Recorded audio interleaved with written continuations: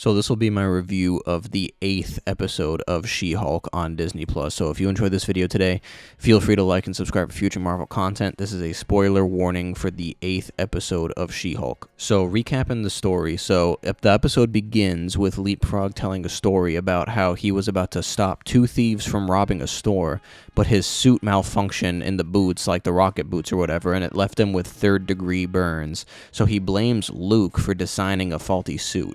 Jen tries to get out of this case because Luke obviously makes her suits as well, and she doesn't want to get on his bad side, but her boss makes her stay on. So Jen tries to talk to Luke about this to stay out of court, but Luke insists that he does not make faulty suits, so it leads them to court. So Luke has no attorney initially, but his attorney finally walks in, and it is revealed to finally be Matt Murdock. So Jen wants Luke's client list to be exposed, so they may also seek potential damages, but Matt argues that anonymity is extremely important for Luke's line of work. So Leapfrog then shows off his destroyed suit while they're in court still, and Matt smells something off about it, and he asks him what fuel he used for the boots, and Leapfrog said that he used jet fuel. And since this was against Luke's instructions, he wasn't supposed to use jet fuel, the case was overall thrown out. So later on that day, Jen is at the bar, where Matt is also there, and she buys her a drink. So they start chatting, and it almost seems like Matt is trying to inspire her to do more, saying that Jen could help people with legal troubles during the day, and She-Hulk can save people from crimes at night, which is obviously what he does. So he appears to get a call and says that he has to go, and Jen gets text from one of the guys that she went out on a date with previously, Todd, asking to see her about something legal related. So Jen shows up to eat with Todd, where he brags about essentially being rich and buying a Wakandan spear, but he says that they want it back, which seems like the legal trouble that he's talking about. But unfortunately, he tries to hit on Jen, which, doesn't go over well, so she gets pissed off and leaves. So while she's home, she gets a call from Leapfrog saying that he's in danger and that he needs her help. So Jen takes this opportunity to put on the superhero suit that Luke made for her, and she meets Leapfrog at a parking garage, where it's revealed that it was Daredevil riding on top of Leapfrog's car trying to get to him the whole time. So Jen shoos away Leapfrog, and her and Daredevil start fighting, where she creates like a fissure in the parking garage, but Daredevil is just too agile, and he climbs all the way down when they were on like the top floor of the parking garage, and he goes all the way to the ground level. So getting annoyed because he's literally just too quick and he just keeps on seeming to escape her, Jen claps and knocks him into a car, which kind of disorients him enough for her to get to him, and then she takes off his helmet to reveal that it's Matt. So he explains that he really is blind, but all of his other senses are heightened, which allows him to essentially see. And he says that he's Daredevil while the Netflix theme plays in the background, which I just thought was awesome. I'm really digging that they're using these original themes, like how they did for Professor X and Multiverse of Madness, and how they did for Kamala when they mentioned mutants. I'm really liking these homages. So he then explains that Luke was kidnapped by Leapfrog, and that he was the good guy. Daredevil himself, he was being the good guy, and that he was just trying to save Luke. So Jen and Matt both find Leapfrog's lair, where Matt explains how he can hear heartbeats, and we get this kind of tense moment where he says Jen's heart is beating pretty fast, and then he advocates for a stealthy approach while Jen waits for him to take out the goons.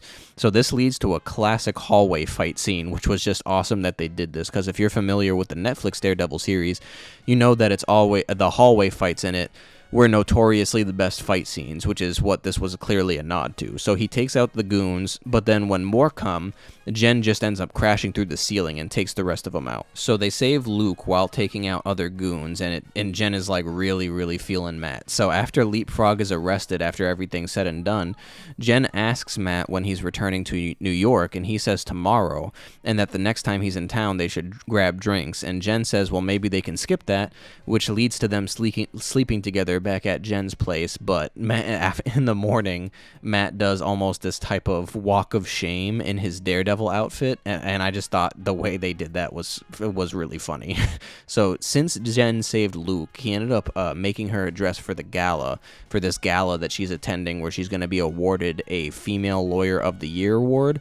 So when she and some of the other lawyers are accepting the awards, the screen behind them is hacked by intelligentsia, where they start leaking the contents of Jen's phone that was previously copied by Josh, as well as showing revenge porn that was taken by Josh while he slept with her. And obviously Jen did not know that they were being recorded. So this obviously pisses Jen off, rightfully so, and she smashes the screen while everybody runs out. So then the episode ends with a bunch of these guards like surrounding her to try to stop her like angry rampage. So I really, really like what they did with this episode. I think it was the best episode so far. That may or may not be my inherent Daredevil bias, because Daredevil is still my favorite Marvel TV show, period. That's even compared to the Disney Plus shows. Daredevil is just peak to me.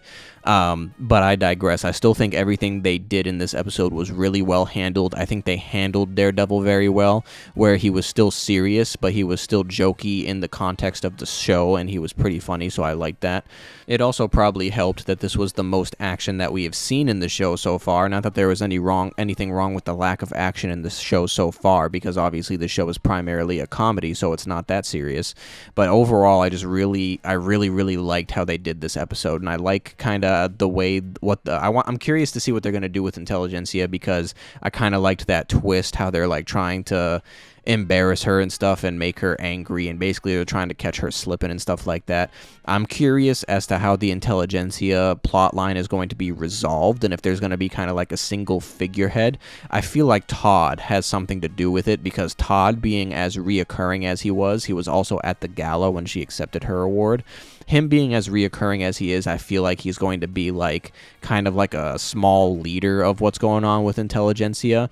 Speaking of the leader, I do hope that there's like a post-credit scene with the leader from the 2008 Incredible Hulk movie as well, because he was a member of the Intelligentsia in the comics, and it would also potentially set some things up for Captain America 4, Captain America New World Order, where they already confirmed that the leader would be present. So the last thing that I will talk about is now the canonicity of the Netflix shows, because this has been like kind of a big topic of debate ever since the Marvel Studios got the rights back to the characters that got Netflix shows made out of them. So that'd be Daredevil, Luke Cage, Iron Fist, Jessica Jones, the Defenders and stuff like that, and the Punisher and stuff. So people have been wondering if they're going to make the Netflix shows canon to the MCU. Technically, you could make a case that they are, because it's kind of like Agents of S.H.I.E.L.D., how they reference things that happened in the MCU. Although as far as the Netflix series goes, I think the most that they did was reference the events of the first Avengers movie. I don't think they entirely referenced things after that. I could be wrong.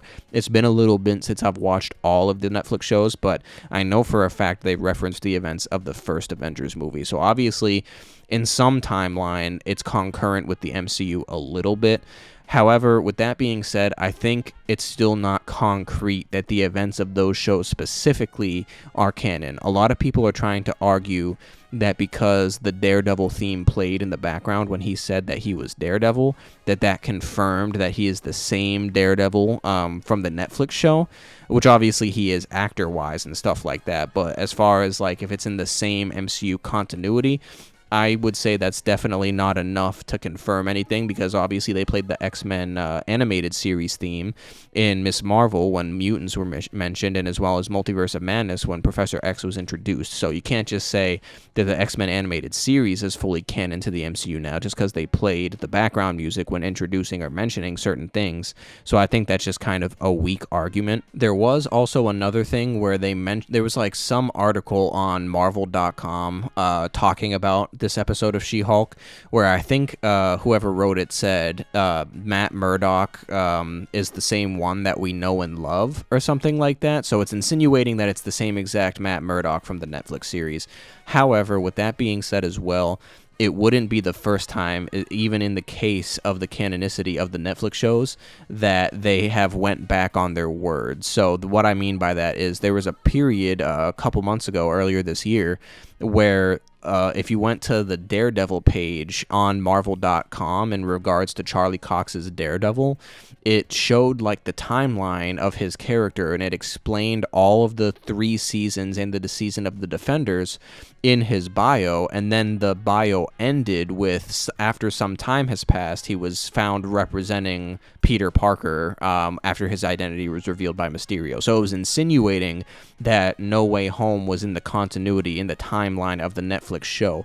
However, once this was found out by people online and people started talking about it, it was actually quickly removed. That little excerpt was removed about No Way Home, and everything about the Netflix seasons and stuff like that remained the same, but the part about No Way Home was removed. So it wouldn't have been the first time that they might go back on something, or they might not mean entirely what they say in regards to insinuating that it is the same Matt Murdock from the Netflix series.